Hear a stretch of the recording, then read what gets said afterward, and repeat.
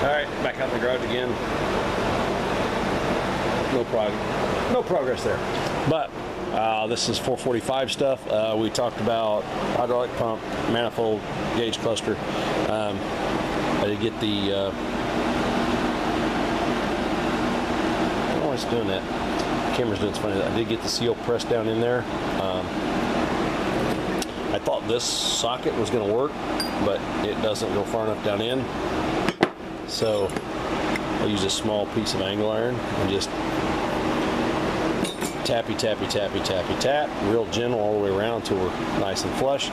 So this with there's a gasket, mounting gasket. The white package is the O-ring that goes in there. There's a gear that slides in over here with a key, and then there's an outer sleeve that slides over that gear that also slides over the same size tooth gear inside the tractor. So this is ready to go back on. I got this apart. The one hole that I thought I had the hole lined up real nice and centered, when I went to try and tap it out and get the threads out, didn't come out near as easy as I thought. The one that was off center, I was actually able to this was down in here, and use my automatic center punch and clicky, clicky, clicky, peeled it back away, and then skinny craftsman screwdriver, focus, was able to peel that out. So now we're ready to put the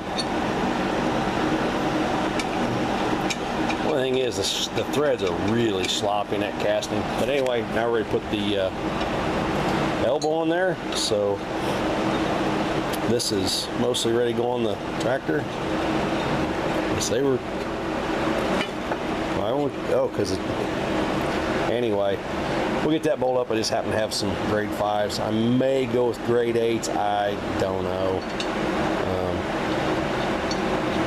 I don't know. But here's the gauge panel. I think that's where she's going to go. So, talking with Dad, we kind of like having the two most important gauges.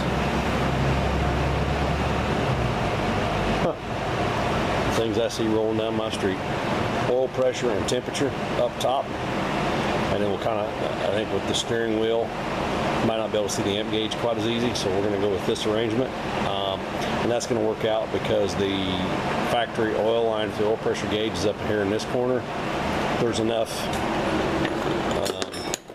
capillary tube on the temp gauge, it can go about anywhere. Amp gauge, we may have to run a new wire, but then from the amp gauge, then we'll be able to put a jumper from, well, I have to pull the wire from the hot side down at the starter, which we know where that's at anyway, up to the amp gauge, and then we'll go to the other side of the amp gauge.